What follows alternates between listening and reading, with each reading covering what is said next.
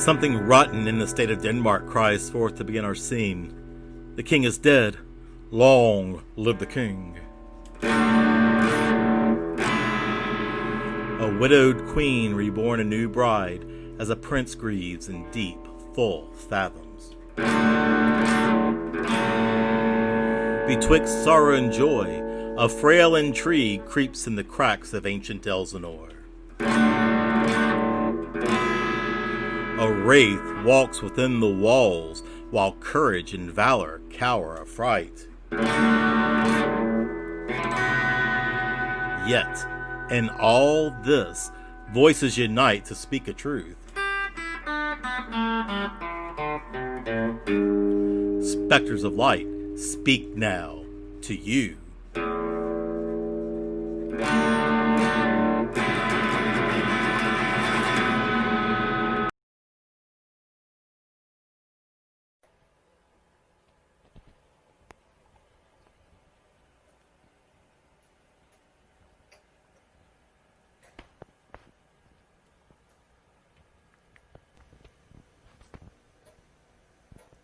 Oh, that this too solid flesh would melt, thaw, and resolve itself into a dew. Or that the everlasting had not fixed his cannon 'gainst self-slaughter. Oh, God! God! How weary, stale, flat, and unprofitable seem to me all the uses of this world. Fie on't! Ah, fie! 'Tis an unweeded garden that grows to seed. Things rank and gross in nature possess it merely. That it should come to this! So excellent a king that was to this Hyperion to a satyr.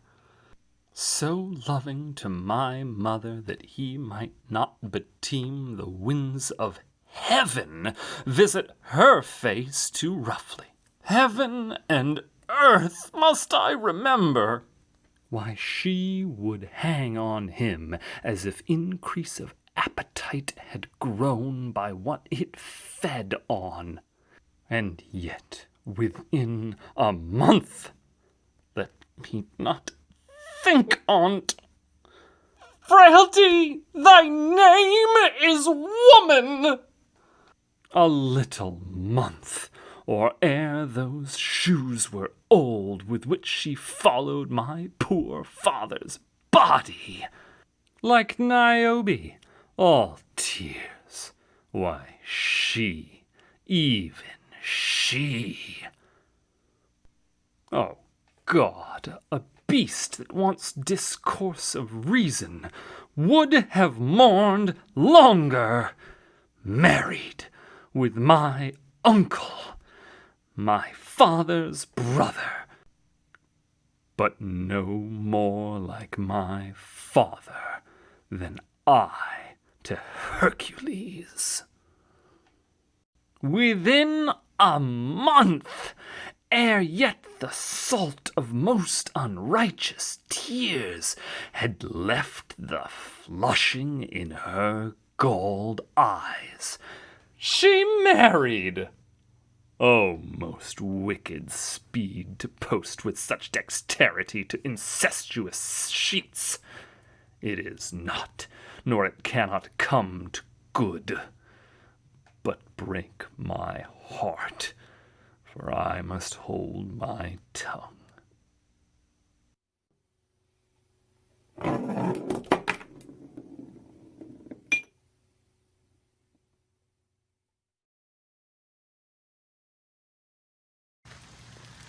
Oh, you hosts of heaven. Oh, earth. What else?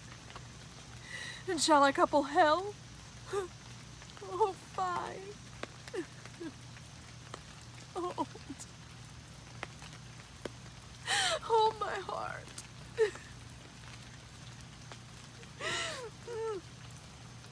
And you, my sinews, Grow not instant old, but bear me stiffly up. Remember thee.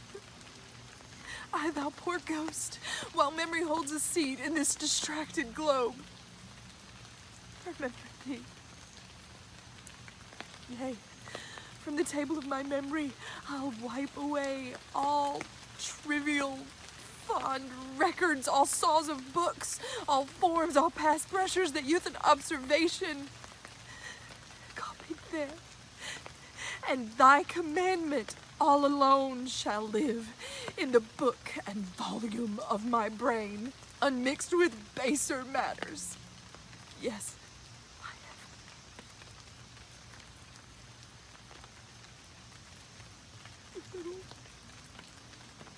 have. Oh, pernicious woman! Oh, villain! Villain! Smiling, damned villain! My table meted as I set it down, that one may smile and be a villain. At least I'm sure it may be so in Denmark.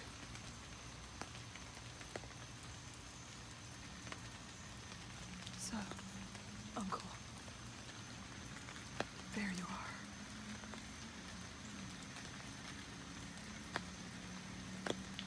Now to my word. It is. I do. Remember me.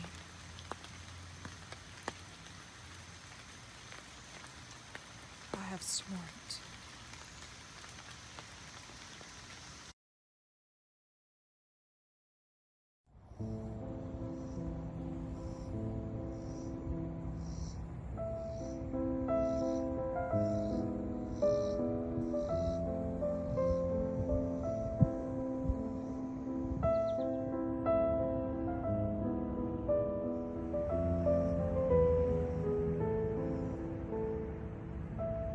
I am alone. Oh, what a rogue and peasant slave am I.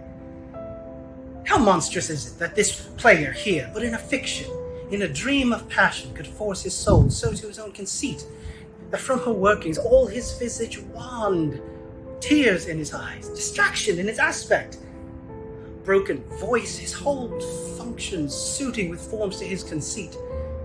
And all for nothing, for Hecuba. What's he to Hecuba? Or Hecuba to him that he should weep for her? What would he do had he the drive and cue for passion that I had? He would drown the stage with tears, and cleave the general ears with horrid speech, make mad the guilty, appall the free, confound the ignorant, and amaze indeed the very faculties of eyes and ears. Yet I, a dull and muddy meddled rascal, peak like John of Dreams, unpregnant of my cause, and can say nothing. No, not for a king upon whose property and most dear life a damned defeat was made. Am I a coward who calls me villain, breaks my painter cross, plucks off my beard and blows it in my face, tweaks me by the nose, gives me the lie of the throat as deep as to the lungs? Who does me this? Huh? Swoons, I should take it, for it cannot be but I am pigeon-livered and lack gall, ere I would have fatted all the regent's kites with this slave's awful bloody body, villain, remorseless, treacherous, snatcherous, kindless villain! Oh, vengeance!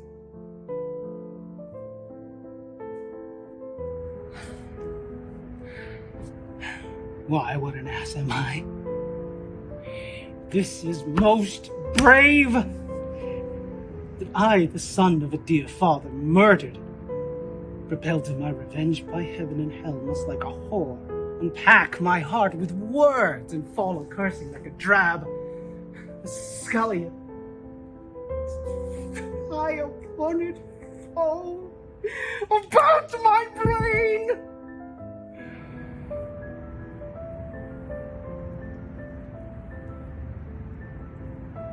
I have heard that guilty creatures sitting at a play have by the very cunning of the scene been struck so to the soul that presently they have proclaimed their malefactions.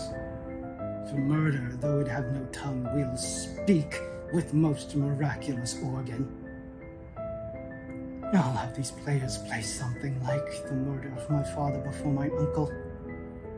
I'll observe his looks, I'll tend him to the quick. If he but blench, I know my course. The spirit I have seen may be the devil, and the devil hath power to assume a pleasing shape, yea, and perhaps out of my weakness and my melancholy, as he is very potent with such spirits, abuses me to damn me. I'll have grounds more relative than this. The play's the thing, wherein I'll catch the conscience of the king.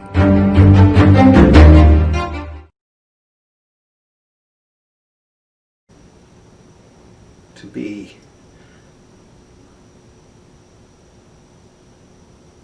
or not to be?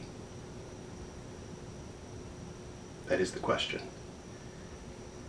Whether 'tis nobler in the mind to suffer the slings and arrows of outrageous fortune, or to take arms against a sea of troubles and by opposing end them. To die, to sleep no more,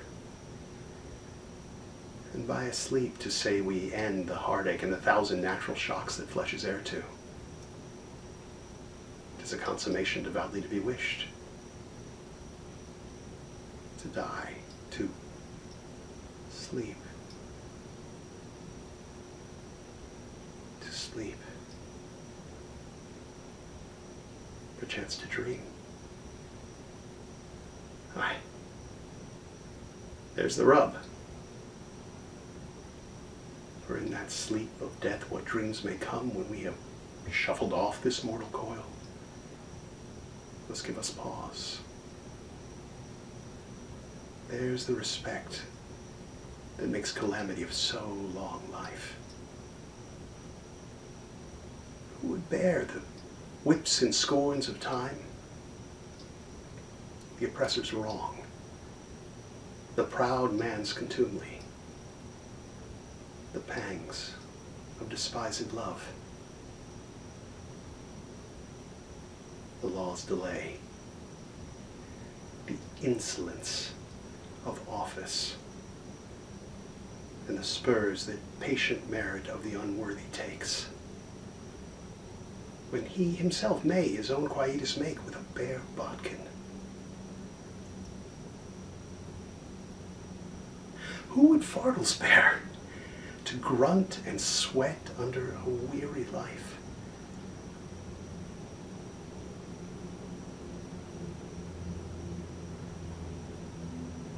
But that the dread of something after death, that undiscovered country from whose bourne no traveler returns, puzzles the will, and makes us rather bear those ills we have than fly to others we know not of. Thus conscience does make cowards of us all. And thus the native hue of resolution is sicklied o'er with the pale cast of thought, and enterprises of great pith and moment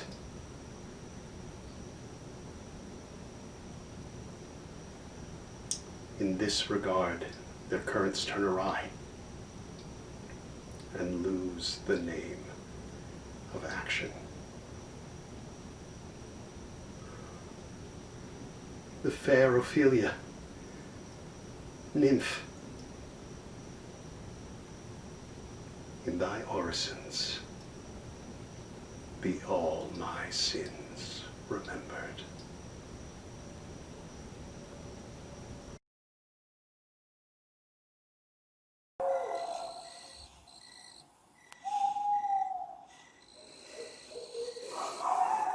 "'Tis now the very witching time of night, when churchyards yawn and hell itself breathes out contagion to this world. Now could I drink hot blood and do such bitter business as the day would quake to look on. Soft. Now to my mother. O heart, lose not thy nature. Let not ever the soul of Nero enter this firm bosom. Let me be cruel, not unnatural. I will speak daggers to her, but use none. My tongue and soul in this be hypocrites. Now in my words soever she be shent, to give themselves never my soul consent.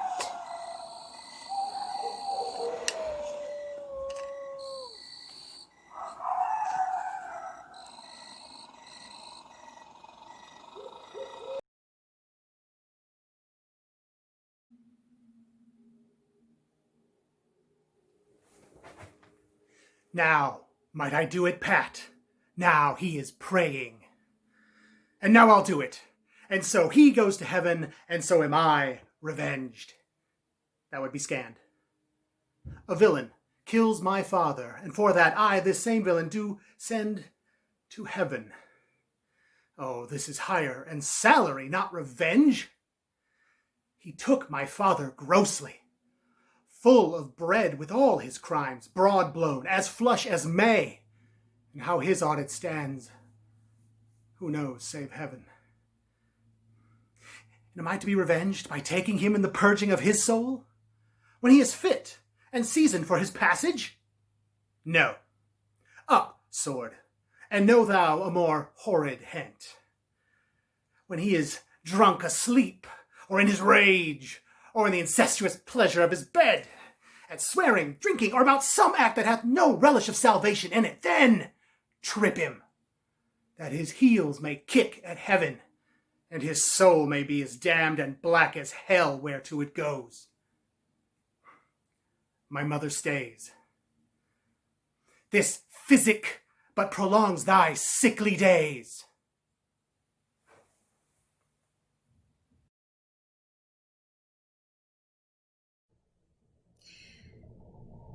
All occasions do form against me and spur my dull revenge. What is a man, if his chief good and market of his time be but to sleep and feed, a beast no more? Sure, he that hath made us with such large discourse looking before and after gave us not that capability and godlike reason to fust in us unused. Now, whether it be bestial oblivion or some craven scruple of thinking too precisely on the event, a thought which quartered hath 1 part wisdom, and ever 3 parts coward. I do not know why yet I live to say this thing's to do. Sith I have cause and will and strength and means to do it. Examples gross as earth exhort me. Witness this army of such mass and charge led by a delicate and tender prince, whose spirit with divine ambition puffed make mouths at the invisible event, exposing what is mortal and unsure to all that fortune, death, and danger dare, even for an eggshell. Greatly to be great is not to stir without great argument, but greatly to find quarrel in a straw, when honour's at stake. Stand I then, that have a father killed, a mother stained, excitements of my reason and my blood, and let all sleep? Well, to my shame, I see the imminent death of 20,000 men, that for a fantasy and trick of fame go to their graves like beds, fight for a plot whereon the numbers cannot try the cause, which is not tomb enough incontinent to hide the slain.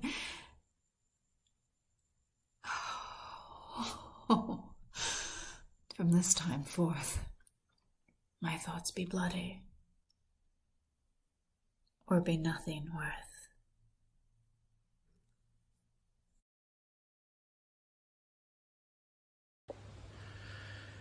Incestuous, murderous, damned Dane, follow my mother, your wretched queen. Adieu.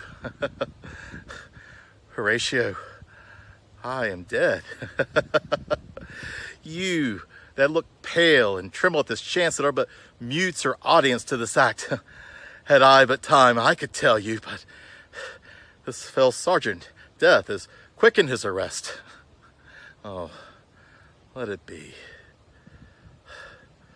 Horatio, I am dead. But thou livest. Report me my cause aright to the unsatisfied, O good Horatio. What a wounded name. Things standing thus unknown shall live behind me.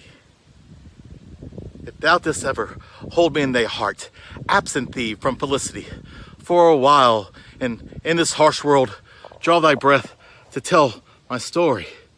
Oh, I die. This potent poison quick overacts my spirit, and now the rest is silent.